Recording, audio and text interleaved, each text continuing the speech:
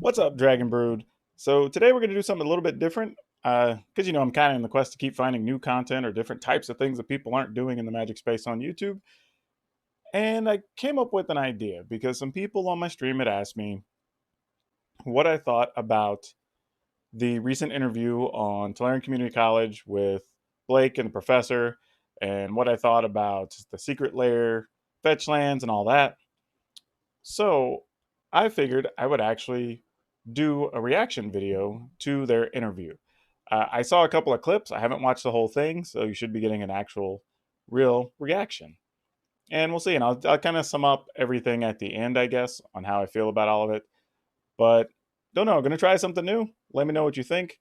And while I get that set up, why don't you hit the like button while we got a chance? And if you haven't smashed subscribe yet, please do so.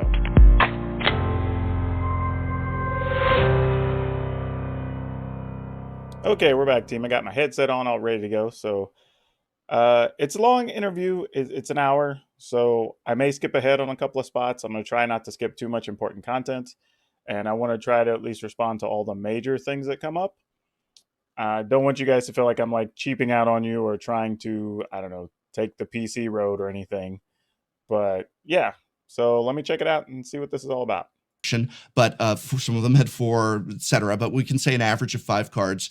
There's been no change in the amount of cardboard that is in this product in terms of the cards being reprinted. How can you justify such an overwhelming price increase on same name, same content sort of product?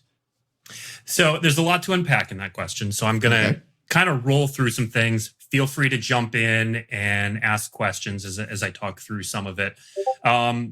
First off, I'm fully aware that some of the answers I'm going to give now aren't going to satisfy a lot of people. We're very aware, and we started seeing this. Let me stop right there for that. First off, I have been lucky enough to work with Blake, and I know that he's a good dude. So I don't think anything that I'm going to hear or see is him like purposely trying to just mislead people. But I think he's right in that statement that I don't think there's anything. Honestly, I don't even think it's what he's going to say. I don't think there's anything he would say that's going to make everybody happy, right? I think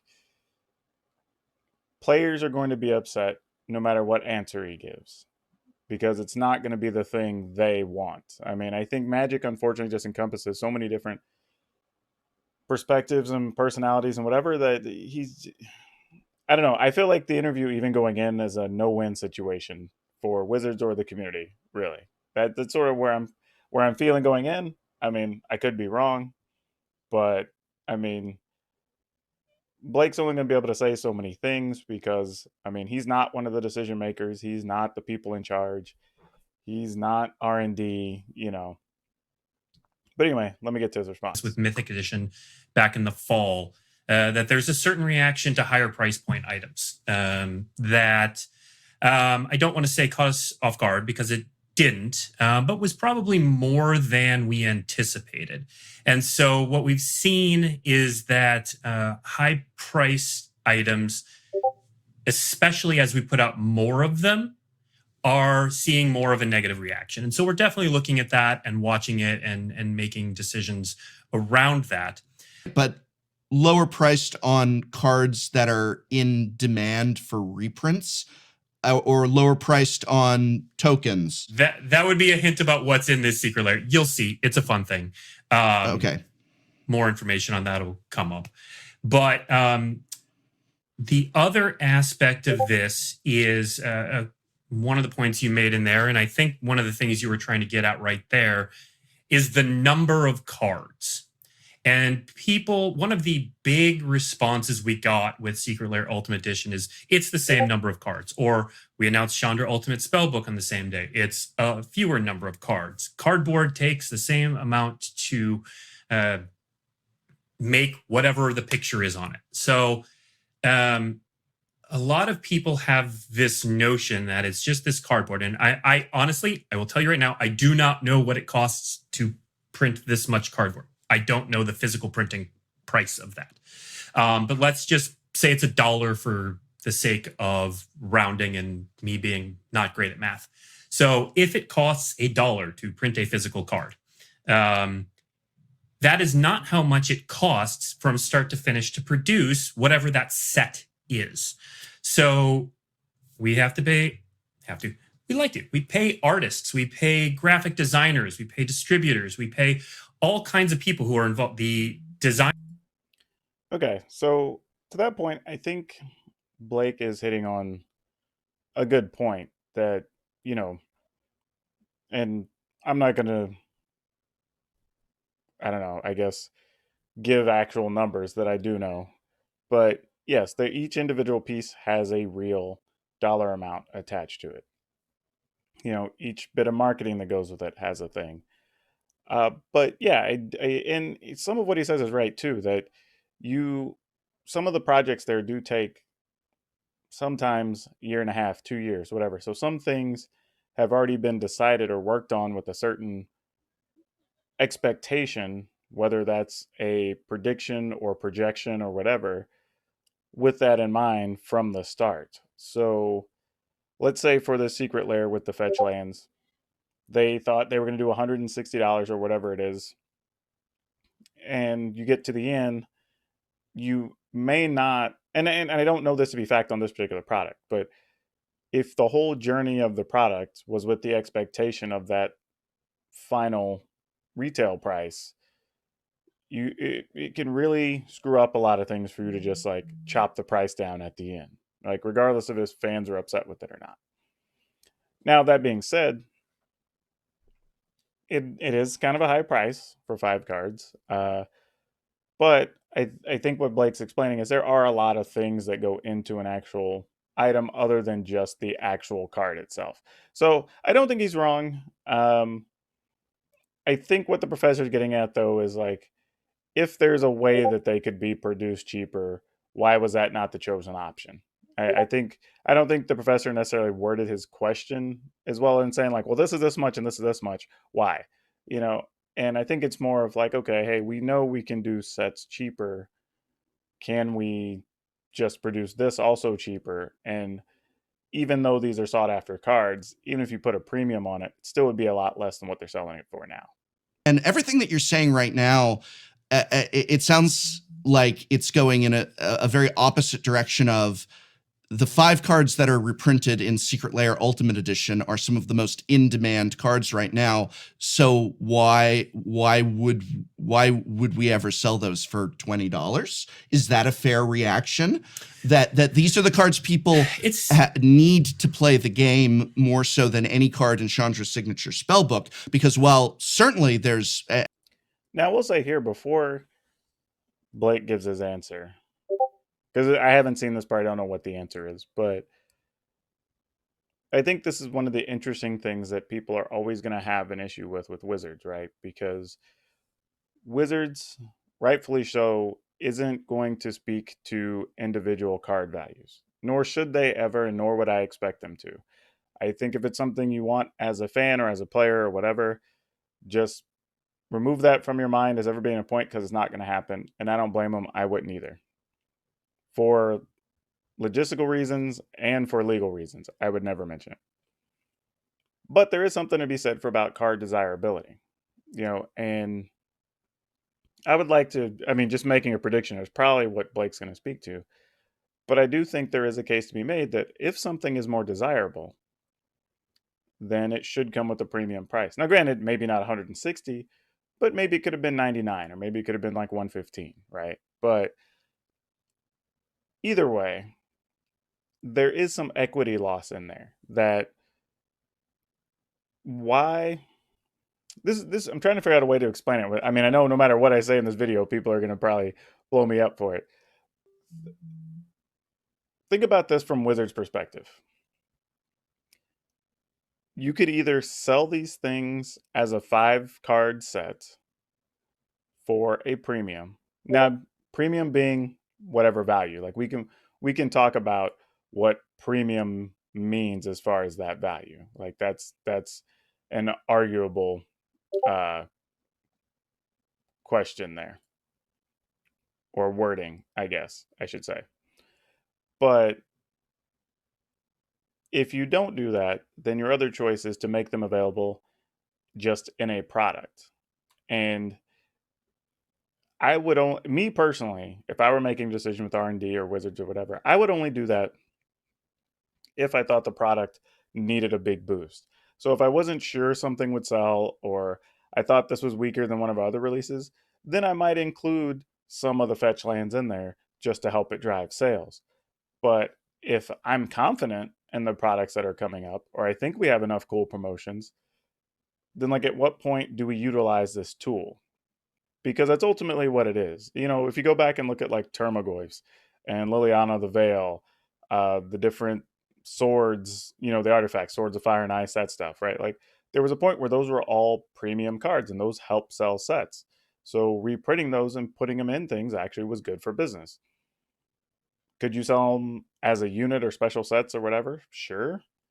But I don't know if just like you, it feels like you're just destroying equity for no reason if you just put them out there in a cheap box set.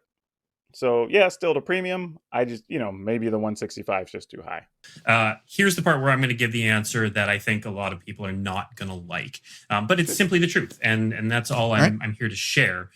We have a lot of very smart economists on our staff who work on pricing our products, and as with any product, and this isn't just Magic, just any product anywhere, if you underprice something or overprice something, you see bad behaviors in the marketplace. The answer that a lot of people aren't going to like is that our economists always seek to right size these products, and they determine where price meets demand. And of course, supply is in there. And I took Economics 101, so supply and demand curves and all that jazz. I don't understand that stuff, but the core of the message is that consumer demand is what drives a lot of our prices. Of course, there are other aspects to that. There is how much did we have to pay the artists? How much do we need to pay distributors? How much graphic artists? All the way down the line, how much do these things cost? That is certainly a component, but so is consumer demand and where the market should expect to settle on a product like these. If we undershoot or overshoot, we've seen this with our products before, it leads to bad behavior. Okay. So You know, that's actually a reasonable response from Blake. I don't, and I think I agree with him. I think people aren't going to like that answer. But let's say they made these sets of 5 fetch lands in the secret layer for $60, right? And that would be like the premium price secret layer or the highest price secret layer right now. You would have people who would be buying those and hoarding them or doing whatever they can with each store, especially right now in the situation where some stores are going to be hurting for cash or whatever. They would be probably trying to make deals to buy all that they could from them for $10 or $20 more than retail on them from the stores that would sell it to them for that, and buy their whole lots, or even, I don't know, work with distributors or whatever it is they got to do to get their hands on them. And then they would just turn around and sell them for a premium, whether it's individuals or as a set. And they would be getting probably, maybe if they paid 70 or 80, not double their money, they'd probably get like $120 for them, or returning 50 to 60 bucks per set. And I think that's maybe what he's looking at as far as bad behaviors. Like you get stores or even individuals that would just be looking to hoard and resell or whatever, and they're not ultimately going to the players at the price that Wizard sets anyway. And I do think there's some truth to that. I think it just comes down to a matter of like your personal belief of where you feel that money should be going, I guess. Like, should it be more of me as an individual being able to go out, get them at this cheap price and just resell them?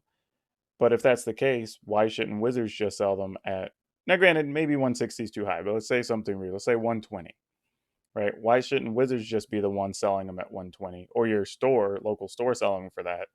And then the players still get a decent deal on their lands.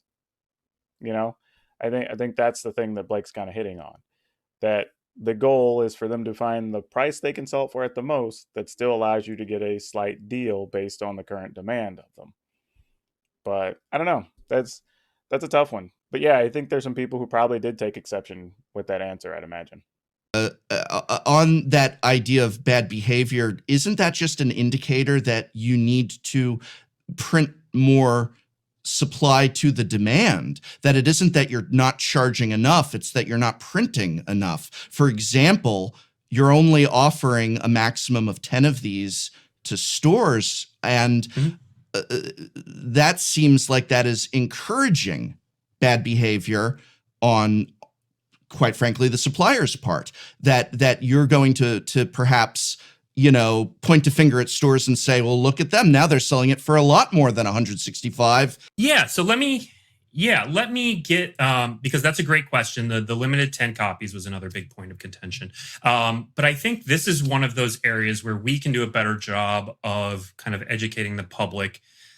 Sort of discrepancy highlights part of the issue with doing products like these in stores, and why we started with direct to consumer and then moved to stores rather than the other way around. So let me give you one base fact that is probably gonna blow some people's minds, or that may be too strong, but it might change how people look at this. 10 copies per store, or up to 10 copies. The number of copies of Secret Lair Ultimate Edition that will be distributed will be more in the wild than almost every Secret Lair we've put out so far. And those were all printed demand. And as you said, a lower price point. So there are going to be more of these in the world in total than, for example, Kaleidoscope Killers. So this is one of those areas where 10 per store seems really small, but in aggregate, it's actually a fairly large number. And that's just people don't know that scale. They don't know how many WPN stores there are in the world. They don't know how many of these we're printing, and that's purposeful. We're not going to share those exact numbers. Yeah, this part of the conversation is interesting, because I think when you talk about supply, there's a lot of things that people don't know, and there's a lot of speculation. I want to say the most recent thing I can think of is Nexus of Fate, right? There was a point where Nexus of Fates were $45, getting close to $50 or whatever, just crazy, crazy value. And I remember I was actually telling people, because I couldn't tell them the actual number. Like, I actually know the numbers because it was part of something I dealt with while I was at Wizards. But I remember telling people, like, hey, don't worry about getting them at that price. Like, it's crazy. Like, there's more of these out there than people think there are, because people saw it as being, oh, well, there's only this many per boxes per store. Then this is going to be the most rare of cards in the set. When in reality, eventually, I think like a couple weeks into it, Mero came out on his blog, on Blogatog, and basically told the world, like, well, hey, just so y'all know, there's a higher number of these printed than every mythic in the set is going to have out in the world. And immediately, you're talking about, it wasn't even, it took a couple of days for price come all the way down to like $20 or whatever it was, right? And in some ways, this is kind of the same thing, that people are like, oh, well, Secret Lairs previously were printed to demand. Why can't we have more of these in the world? And what Blake's explaining is that actually, by giving every single retailer in the WPN up to 10 of these, their final printed number is actually greater than all of those other sets combined, roughly printed to demand. So there's going to be more than people think. I think when you see 10, it looks like a really small number, right? When you say, oh, well, my store is only getting 10 of these. And you might have 15 or 20 people at your store that want them, right? But there's probably going to be another store where the people only play standard and then they don't want it. Or they only play commander and they don't want to pay for it, or whatever it is. So the copies will be out there. I think because of their unique art and possible foil and everything else, they'll probably still be sought after and still have a high premium price on it. But I see where he's coming from, saying, hey, there's going to be more of these than you think. But we'll see. I don't know what that means as far as final desirability of the cards or whatever, but yeah, just something I'm giving a little insight in to give further context to kind of where it looks like each of them are coming from. So when we sell products through local game stores, they first go through distributors. So you'll notice that with Secret to distributors, and so that stores can place their orders. And the first people who order, it sounds like Blake's mostly just talking to kind of the timeline of how people order and whatnot through distribution to retail. There is a big timeline there that has to be accounted for, and Wizards is already printing a lot of things, and without having certain numbers, there's basically just itineraries on the printers that they've got to have these here on certain days and deadlines. So it does become more complicated. It's not quite as easy as people think it is. There is a whole process to it. Another thing I want to speak to though is we talk about, well, why don't they just print more? Why don't they just do this? And I feel like it's one of those things people ask for but don't really want. And why I say that is that there was a period around maybe Oath of the Gatewatch, and where it felt like Wizards went out of their way to print lower powered cards, so there weren't so many things that people just felt like they had to have, and there was lots of reprints and all the like master sets and commander decks and all this stuff. And there were people complaining because, well, the price on my box isn't X, or it's not even barely worth it to booster draft, or blah blah blah, right? So, and this is me having been in the industry forever, run a store, listen to Magic player complaints. What it feels like a lot of times is people are saying, well, I want cards to be cheap when I acquire them, but I want them to also have value whenever I go to trade or sell them. And unfortunately, I don't believe both of those things can exist at the same time. You either have to have everything's low price, which means both for acquisition and selling it, or things are just going to be slightly higher. Like, I don't think there's a good middle ground. You print something into oblivion to where it loses its value. I mean, remember, there was a point where Tarmogoyf was like $120 to $150 or something, right? And now you can go to places and get Tarmogoyfs for $60. And granted, $60 isn't really cheap, I would say, but when you're talking about like people who at some point had value, collected them, traded a bunch of cards or whatever, get their $120 Tarmogoyfs, well, now they're half that price. Like, are people okay with that? Yeah, probably, but nobody even trades for Tarmogoyfs hardly anymore because they're just not, well, one, they're not as used, but two, they're plentiful, so they don't have that cachet of being as rare. Would that happen with Fetchlands? I don't know. Is there a bottom price for Fetchlands? Will they always be $10 to $15 at a minimum if they printed a bunch of them? Possibly, but I think it's also kind of hard to figure out. And again, this partly comes down to what I was saying earlier about equity, right? Like, even if they could, do you want to waste the equity there? And they did say in the announcement that these cards would be available in some other ways toward the back end of the year. We just don't know what that is yet. So for all we know, they could actually be in the fall set. Like, I have no clue. Maybe just with original art or something, or maybe they're fancy inserts, kind of like expeditions. Who knows? But is there still time to maybe reconsider that allotment and say, you know what, Magic the Gathering has had the most we're doing. However, given the circumstances around COVID-19 and the effect it's had, and a lot of the stuff we're working on the background, we have been doing a lot of things that we haven't talked about yet, or maybe we have by the time this video's come out, that I would have said were impossible before. We are moving mountains behind the scenes, and a lot of that you haven't seen yet. But the things you have seen, that I know you have seen, like the online Magic Fests, the 2 Mitgo PTQs per day, Arena FNM. Okay, I'm about to skip through some of this because just giving updates for things we already know right now.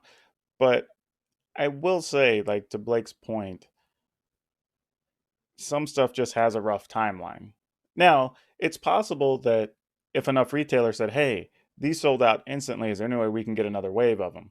Like, it's possible. Wizards would obviously like to make more money, but you're also talking about those not being available right now. Like, if they, let's say, end of April, most places are functioning normally. We can open up our stores, you do it, everything, right?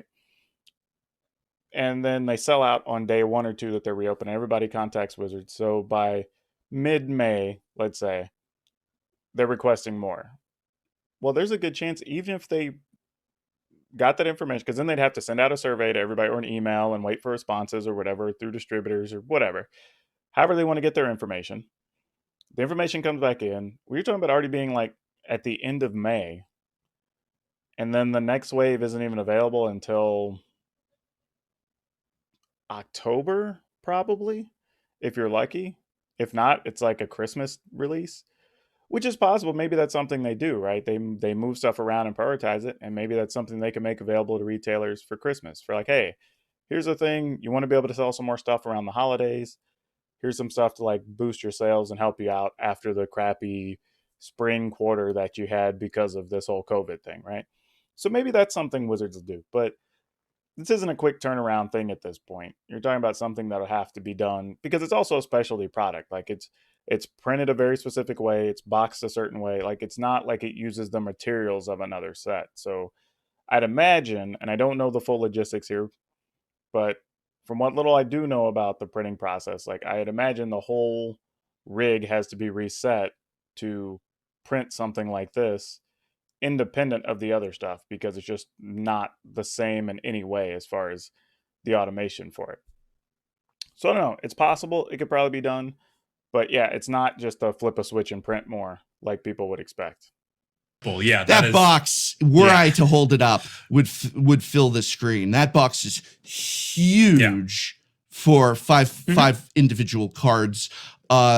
Why? And isn't that more expensive to ship to stores? Isn't that harder for stores to store? Why is Secret Lair Ultimate Edition not coming in the same uniform? I would imagine sending 10 of these sized boxes to every game store in the world would save on shipping and production, and wouldn't that allow you to maybe even offer it for less? It's entirely possible. Again, that's not my strong suit. Packaging is certainly one of the aspects. Packaging, shipping, all of that are certainly aspects that get thought about when price is set. And again, logistically, I could not tell you how these are getting to stores. For example, I do know logistical teams work on to solve those issues. So could it cost us? Possibly. I could not in any way say how. Okay. And again, this is kind of what I mentioned in the beginning. Like, this isn't Blake's specialty. He's kind of being asked something he doesn't necessarily know about. Which nothing against Blake. It's just not what he does. So it's almost an unfair question. But the reality is, there is a price to that, and I've never understood that. Like, there are other products that in my former retail life and when I worked at Wizards that I kind of fought against, of just like, why does it need to be this big? Why do we need to package this way? Why do we need to include this thing? So I will say I do believe that there are some things that certain decision makers push for that I don't think is good for the products. I think it's something that there is something like this in particular, like the big box is just terrible. You know, another good example is the weird slanty face boxes they had for like master sets and stuff. And then you have to have these weird cardboard inserts so it sits square and this, that, and the other. And then the weird box that like splits in two at the front instead of just being like the full box, right? Retailers don't like those. Players don't like those. It doesn't help the product sell anymore. Like, I get that they want it to look different and stand out for different reasons, but it just doesn't matter. Like, at the end of the day, it really doesn't matter. Like, players walk in and ask the staff, like, hey, what's the latest pack? Or what's the thing that came out I need to know about? Or in this case, they're going to walk into the store and just say, cool, I want the Secret Lair, whatever, right? And they're going to buy that. What I think would, and I think this is a spot where the professor gets it right. Like, this should just be a smaller box. What I would do is I would have probably just made the box a different color or different markings, or maybe put some extra text or gold foiling around it or whatever. And that would ultimately, my guess is, be cheaper than putting it in such a large box, honestly, because he's right. Retailers don't like storing the boxes of that size. Players don't actually have places to keep boxes of that size comfortably. I mean, I have off camera a shelf that's literally covered. I have a closet that's got a bunch of Magic and Gamer stuff in it that's covered. Like, I don't want a box that big with this Secret Lair thing. And even more importantly, that if this is being produced because it's a thing that's, the individual cards are highly desirable, they're desirable because people want to play with them. So they're not even going to keep them in those boxes for a long time. So from an environmental standpoint, it's a waste of materials. Like, more often than not, those are going to come in, they're going to get open, the cards are going to get taken out, and those boxes are going to get tossed in a closet or in the trash. So keep it smaller, keep it more functional. I mean, I would even like to see it in a box that's small enough to maybe just be used to store a commander deck or something. So you have a cool box to keep your stuff in. That would be better. But I do think this is a point where it is a waste of materials. It does add cost. How much cost? There's variables, but it's a non-zero number that just doesn't need to be spent. Okay, man, there's a lot to unpack there. The interesting thing is, again, I think it's a tough situation for Blake to be in because I don't think there's a lot of things I think people want somebody from Wizards to say that aren't going to be said. They're just not. I mean, again, for several reasons. I also don't think that Blake is the one who would even know some of those answers that people want to hear, or at least want to say definitively what some of those things are. I mean, I would say, like, if people want to know my personal opinions on the Secret Lair, I would say, honestly, it's an okay product. I mean, it's neat that they found this way to put them out there. Again, I understand wanting to do it this way because if it's a thing people are asking for and you don't have a spot to put it in, then because to be honest, let's look at what we know about the products coming out already this year, right? We know there's the Ikoria, which we got to see today, has the like Godzilla inserts and everything else. So like those are already exciting for a lot of people. There's lots of hype already online, so there's no point in putting it in that set. We have Commander release with Ikoria, also going to be super popular. Doesn't need anything really added to it. You've got a Zendikar set, which people already like Zendikar. So if you do anything solid in that set and you trust your design, no need to put those in there. Probably not going to put them in a core set because that's not really the place for them to live. Then you also have the Commander stuff with Zendikar. Then you've got the end of year Commander set, right? And Commander Legends, I think is what it's called. So none of those really need or make sense to put Fetchlands into. So you may not have an opportunity for over a year, which means you have to plot and spot an opportunity for where those will live starting in like June, if you want them to be in February next year or something at that point. So it's kind of interesting. So I think, yeah, this is probably one of the better ways. You can at least get them out there and people can have them. The downside, though, is the price is very high, and I do get the logic on not wanting to sell it too low so people don't hoard them or whatever. But then it also gets a little weird because, like, if more are out there, then the price is going to come down a bit on some of the others. So the general equity that's available kind of goes away, and it becomes this weird balancing game. Like for me, honestly, I think it would have been okay if this product was at $99 or up to like 109 to 115. I think that would have been fine. I think 160 is just a bit high. Like it really, that's just like you kind of put people in the position of buying a hard to get booster box and something, or do I get a secret layer? Like for some of the players who may even want them or may have come to the game later, they're kind of spot like, well, man, I have some friends that really play modern or play commander and whatever, and I'd like to have some fetch lands, but it's that, or I can get a box of Ikoria and like 2 or 3 commander decks with it, right? Like that's kind of it's just a tough decision. Like I think just the volume, regardless, is just hard there. And again, it comes in a large box, which I don't need. Like personally, and I will tell you this: if I had the choice and I was still at Wizards and somebody was listening to me, or whatever, I would just get rid of most of the oversized boxes if you don't need it. Like when they made the SDCC thing, San Diego Comic Con collector thing, where it was this huge box and it had like the nickel bolus special art thing rolled. Well, you needed a bigger box because of the thing that was actually in it, so that made sense.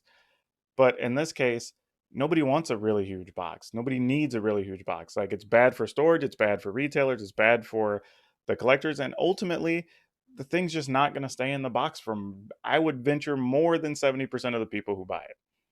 So just don't do it. I mean, honestly, even in commander decks, like nobody I can tell you from working with Card Kingdom, Nobody cares about the oversized cards. They could just cut those out entirely and just save the money. Honestly, they don't even have to make the decks any cheaper. Just quit including those, and if you want to, include a couple extra tokens or something else and just offset it to make something useful in the product, right? There's a bunch of those types of things that get included or built, or the boxes are too big or whatever, and they just ultimately don't do anything.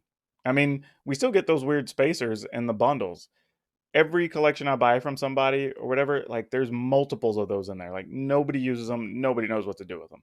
They just end up in the trash. So yeah, that stuff. There's ways the product could have been cheaper, and I think if there's an argument, that's really the argument to me. Like arguing equity versus price versus desirability, whatever. Like that, I don't think is the real point of the argument. But I think what the professor hit on when you're talking about, okay, you're able to produce these cards this cheaply. Could we have been anywhere near the $100 point, and why did we have to go to 100.5 plus? You know what I mean? I think that's the real argument there. But overall, I think the professor conducted a fairly decent interview, really, up until, actually, I'd even say a pretty good interview up until probably the back end, where him and Blake both kind of veered off the conversation a little bit, and they got more into like logistics of reprints or whatever, more than talking about the product. But yeah, the interview itself, I think, was pretty informative. I think Blake did a good job explaining things from his perspective, and probably things they're talking about at Wizards involving this. And ultimately, if it doesn't sell well, they'll know. If it sells great, they'll know. But at the same time, can there be reprints? Maybe. But I think sometimes, if anything, people just need to understand the logistics around it a bit more, even than just the product itself. But anyway, that's it. That's kind of my take on it. Uh, First time I've done a reaction video to a thing, so I'm not really sure how this is going to come out when I'm all done. I hope y'all enjoy it. Again, if you like this type of video, hit the like button. If you don't like this type of video, at least leave a comment and let me know. Tell me like this is not something you want to see again. I know this is kind of long.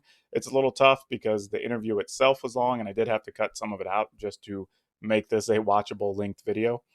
But yeah, overall, I thought it was pretty cool. It was kind of fun to do. If it's something y'all want to see more of, let me know.